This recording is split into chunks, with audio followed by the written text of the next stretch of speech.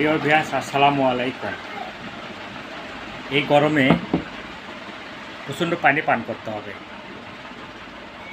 তাই যে যখন পারবেন অবশ্যই সারাদিনে অন্তত 5 থেকে 10 লিটার পানি পান করবেন।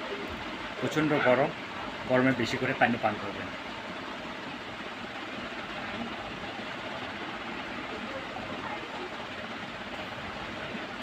প্রচণ্ড গরম, তাই বলছি এই গরমে বেশি করে পানি পান করবেন সবাই।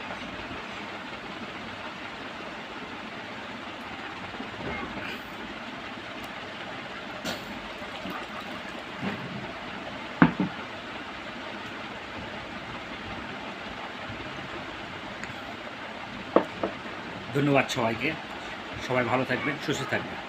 আসসালামু আলাইকুম। ঠিক আছে।